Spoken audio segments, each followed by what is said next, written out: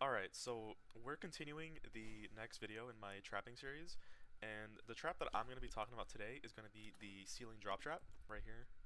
So the ceiling drop trap is a really cool trap because of the physics involved with it, in my opinion, and also the fact that it can hit from 3 tiles high. That's also a pretty cool plus factor about it.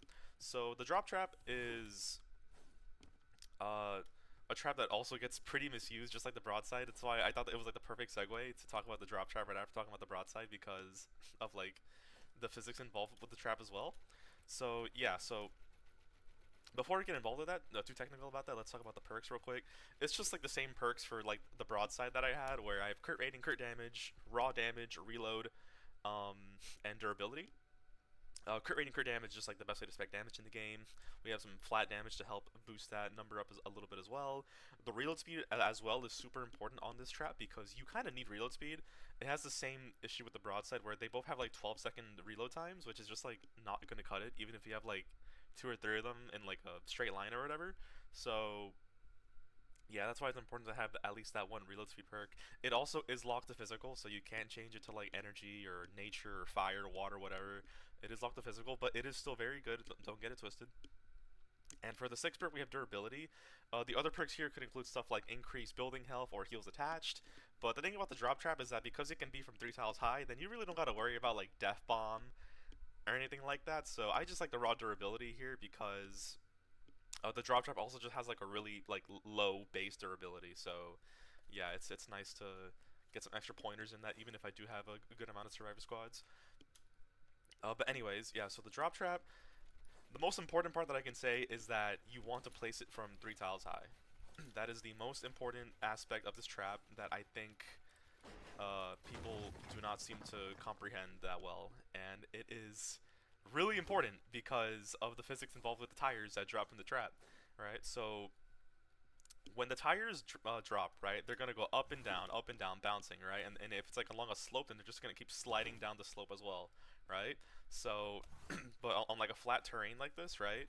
You know, the husk are gonna walk, and then the tires are gonna drop, and then they're gonna be like bouncing up and down, like literally from like down here to like all the way like up here and stuff, and they're gonna keep bouncing down, up and down until they just lose all their energy and stuff like that, right? And then they just go away, right? So that's really important.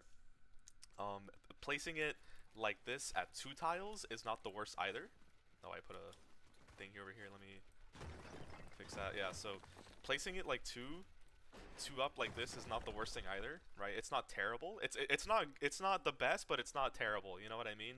But once you start placing it like this, then you're just kind of just trolling at this point, because there's literally no like energy for this thing to bounce off of, right? So it can't do its thing. It can't do damage and it can't knock back husk if you just don't allow it to, right? So this whole like staircase thingy, right, is just to allow the trap to do what it's meant to do, you know? So that's why you want to build it from 3 high, ideally.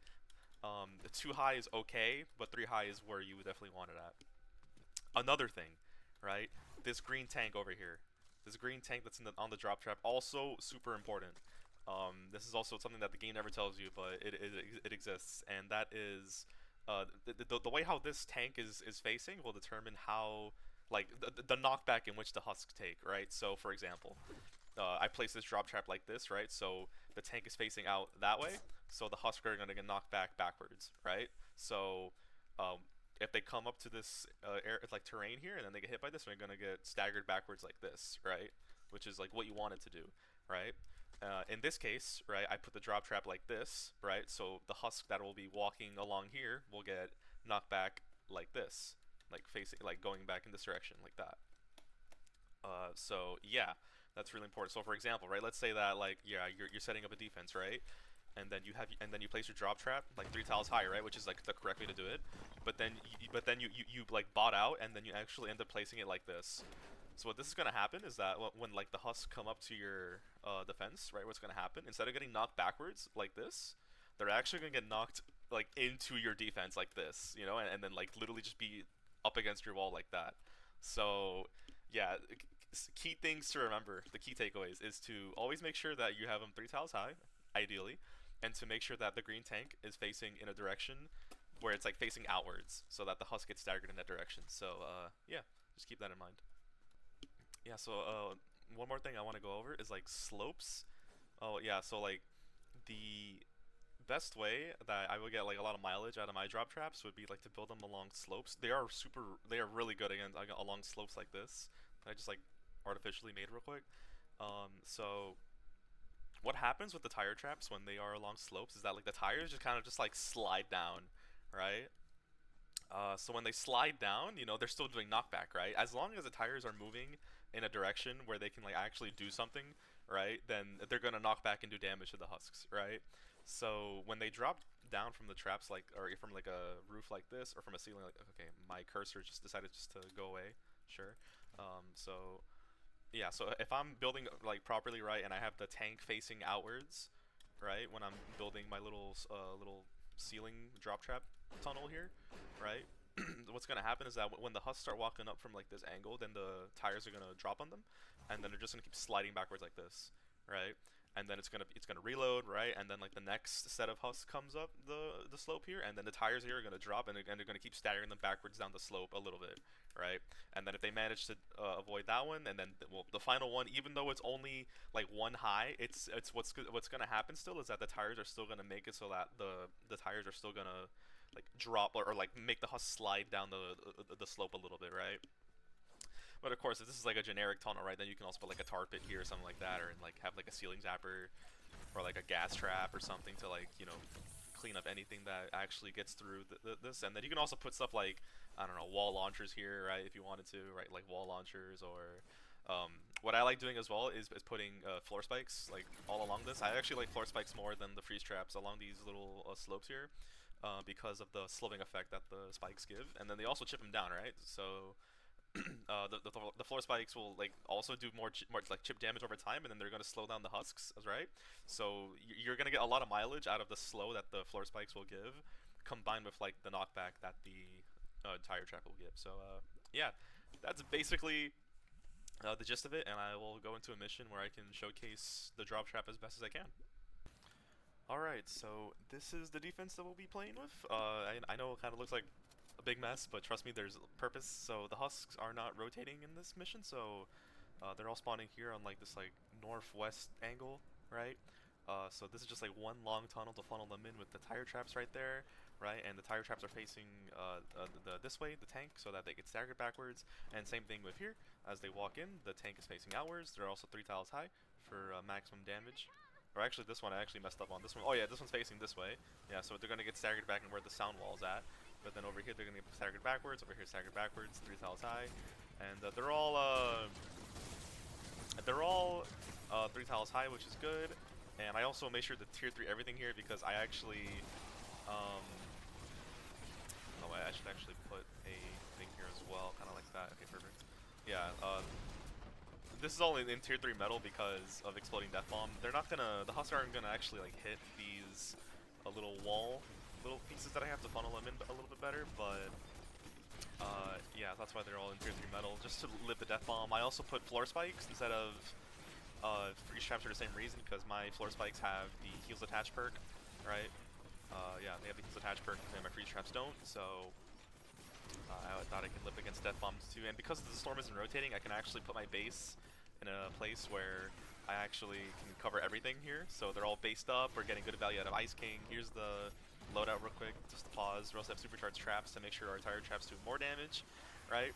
But yeah, like this is just like a pretty simple, like over here it's like a simple like, I guess like a recycling tunnel. How did this guy even get in here? What the hell?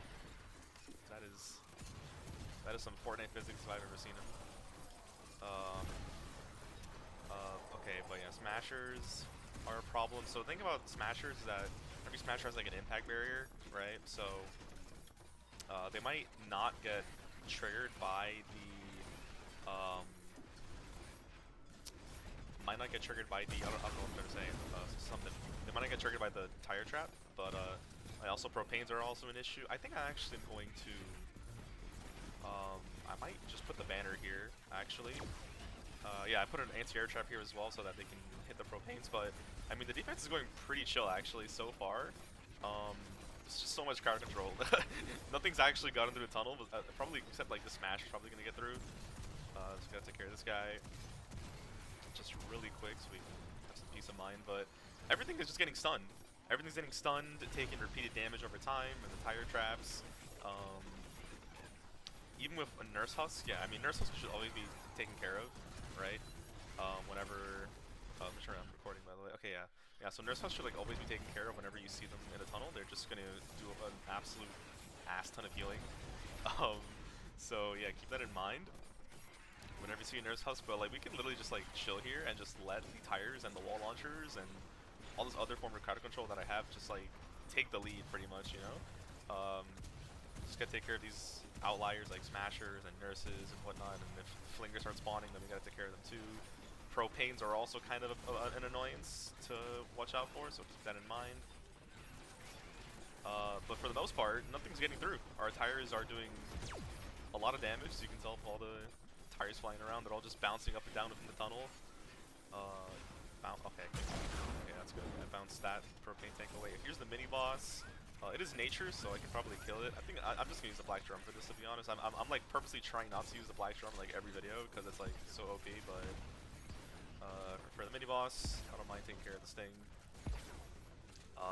But yeah, the tire traps are just doing good. Like, once again, nothing has actually gotten through except maybe like that one Riot Husky right there, and then that's about it. Pot shot again. So yeah, nothing's getting through. There's just so much knockback from the tires, and so much crowd control too from the snaring effect of the floor spikes. I just put some wall lights in here to get some extra stuns as well, which I thought would be kind of nice. And yeah, they're doing pretty good. Not really much else to say. I think the rest of this defense is going to be very clean. We just need to be wary of, yeah, like nurses and propanes exploding on us or whatever. So making sure we take care of these whenever we can. Perfect. There's a nurse husk in here.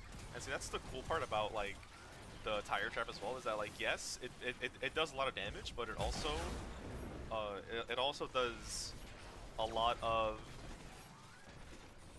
crowd control, right? So like most of the ceiling traps are mainly focused on damage capabilities, like, you know, think of gas trap, ceiling zapper, ceiling electric field, right? These are ceiling traps that are, their main draw is like just damage that they do, but in the tire traps case, it does damage, right? But it also does exceptional crowd control, which is just great for stalling or having a mission just last as long as it can. We have another smash wave coming, so I'm going to put another banner down like right here in the center, just so that we can survive all the damage that's going to be coming up. So yeah, the double boiler, by the way, guys, amazing shot in sync from phase. Because of the banner, the wall actually survived there, which is kind of nice. Just casual 3000 HP wall, you know, nothing too crazy. So yeah, here's where I would probably use the black drum, but the double boiler as well. Like, I want to showcase something that it isn't the black drum, and it's doing an okay job at taking care of these guys. They're leaking here at the end, but this I kind of expected this to happen. That eventually there'd be a smasher wave that might just be a little too much for the defense to handle, but I mean, yeah, the smashes get through, right? But everything else just gets obliterated. Simply put, is this wall alive? Okay, it is. Cool. I think I lost some base connectivity there, but that's okay. But yeah, that was the mission. That was the mission. That was the tire trap in action. Just continuously stalling these countless waves of husks with nurses, floaters, good base placement, right? And of course some other supporting traps too. But yeah, that is my rundown on the tire trap, the drop trap it's called. If you like what you saw, leave a like, comment, subscribe. Use my supporter creator code STOCKINGS in the item shop. It would mean the world to me. And yeah, I hope you all take care of yourselves. Have a good day, and bye-bye.